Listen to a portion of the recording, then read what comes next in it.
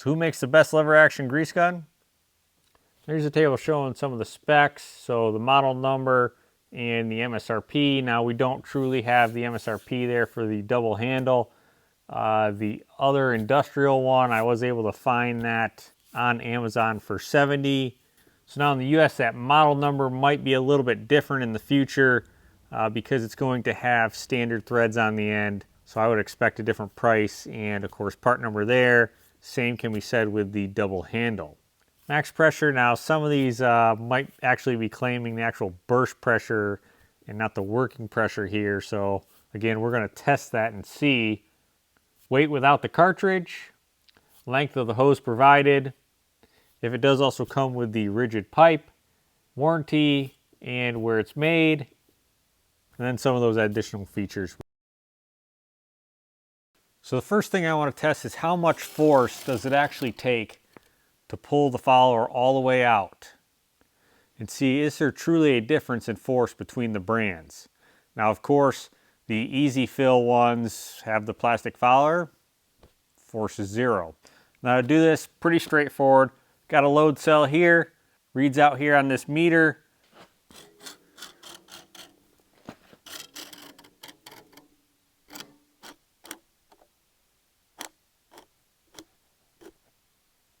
So I'll take an average with 3 pulls each, and then we'll look and see how they compare.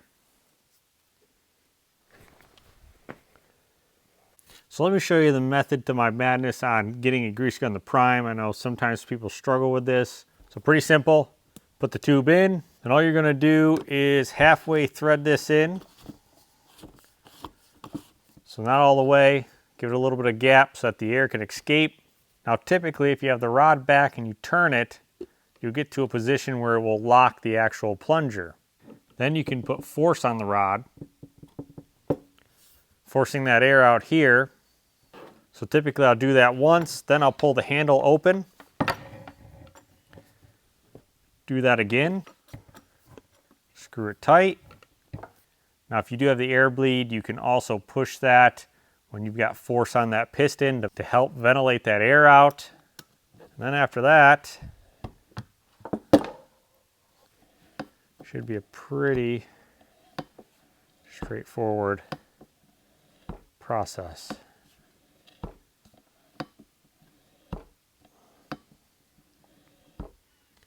And there you go. There's 7 pumps on this one.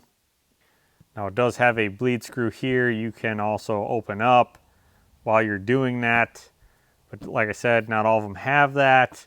So typically what I like to do is just get this threaded halfway in, put force on the plunger, open the arm up, put force again on the plunger, screw it back in, send the rod forward, and you're good to go typically. Now overall, when we look at the rest here, yeah, it ranges from 4 to 9 pumps, nothing real crazy.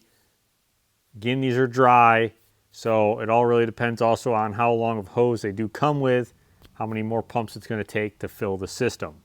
But I didn't have any real issues here with priming. So for this next test, I want to see how much force it actually takes to actuate or cycle the grease gun. Now to do this, we need a constant load.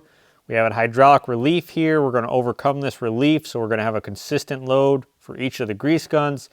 While we're doing this, we're going to capture the amount or the volume of grease each cycle. So I'm going to go ahead and do this 3 times per grease gun, and then we'll take an average for the force, and we'll take an average for the actual total in ounces. Go ahead and zero the scale here with the grease gun on it.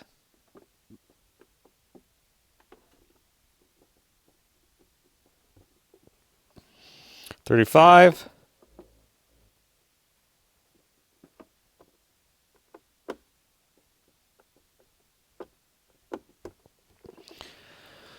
$29.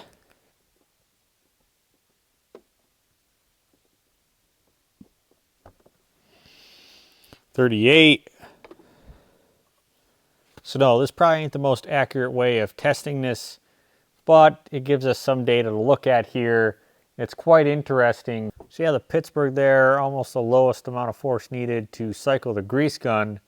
But then when you look at how much grease is actually dispensed, it's quite a bit lower compared to the rest here.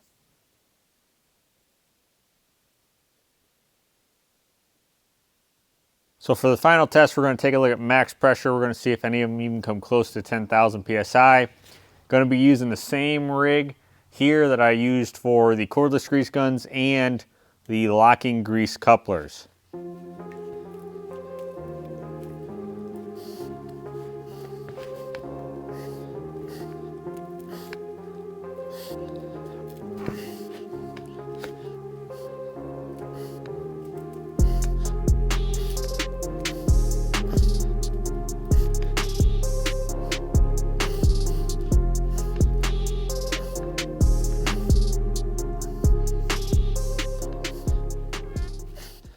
That's going to be all I can get out of it, 8,000 PSI.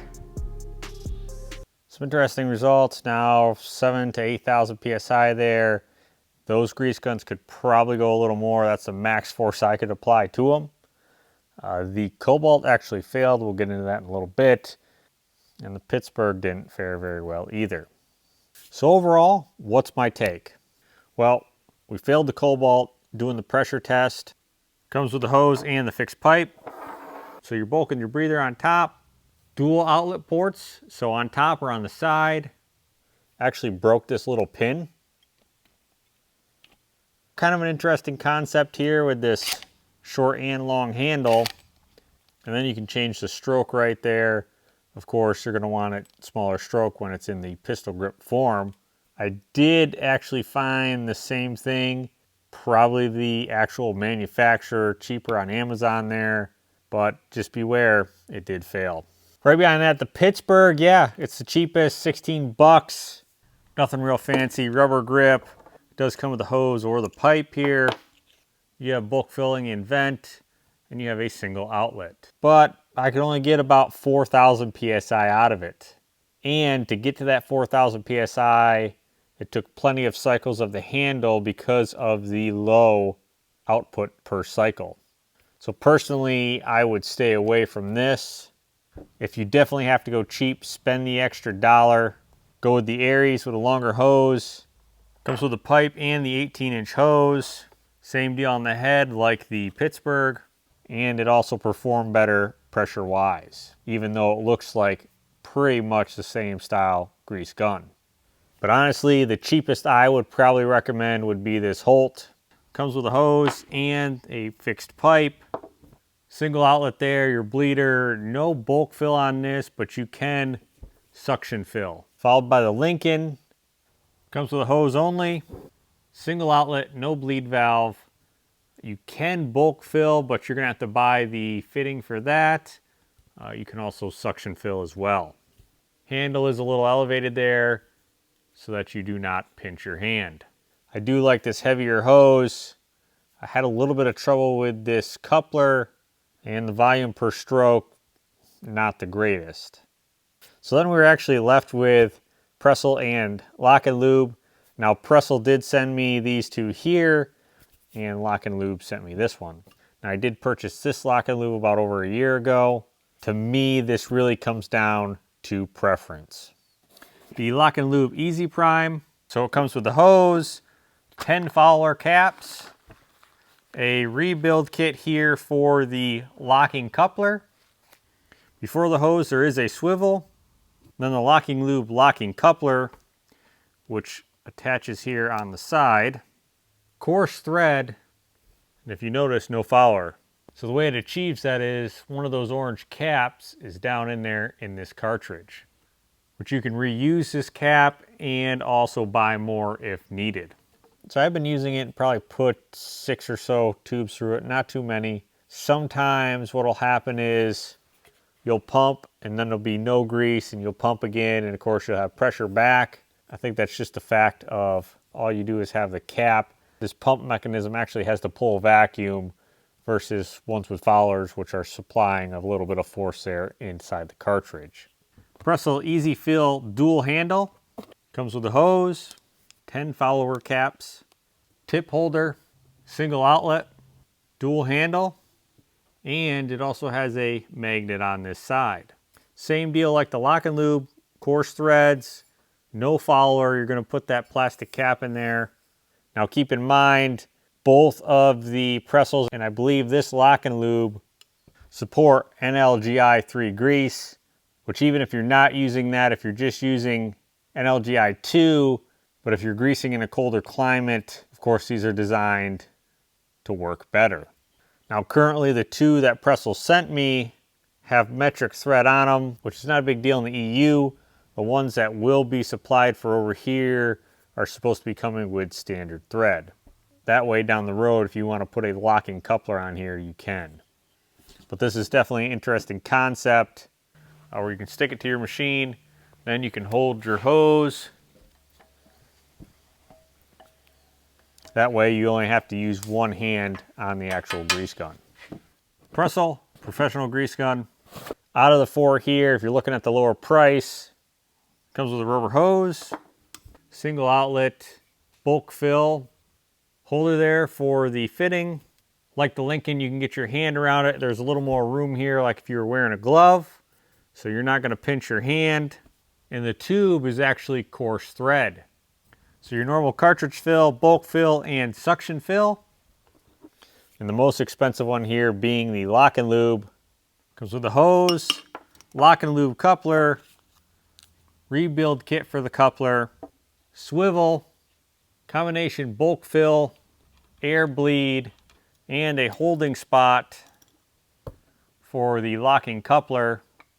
So cartridge, bulk, or suction fill, you do have a gap there between the handle and your hand. But the biggest benefit to this is the pressure release system.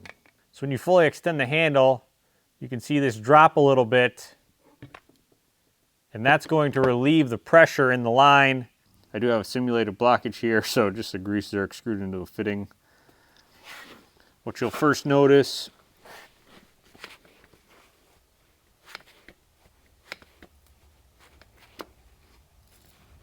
is the hose will try to spread out there. And we've got a good amount of pressure on this. Easiest way you could see that, the swivel is locked up and the swivel is not turning. So we'll go ahead, we'll activate this release. And now the pressure is off the hose and I can turn that swivel. And I can also easily disconnect. So pretty straightforward. Now if we had pressure on this before, I'd have trouble disconnecting as easy because there's pressure on the line. And the other feature is you can turn this back here and lock the rod in, so if you catch it on something, it's not going to pull out. So to me, it really comes down to what you're really looking for in a grease gun. Again, this video was not sponsored. Pressel and Lock and Lube only sent me these three. So I'll leave the product links below like normal, and also to Pressel's and Lock and Lube's websites. So let us know in the comments below if you have any of these grease guns and how they've worked out for you. Again, I think it really depends on your application, but hopefully you found this video useful, and I'll catch you on the next one.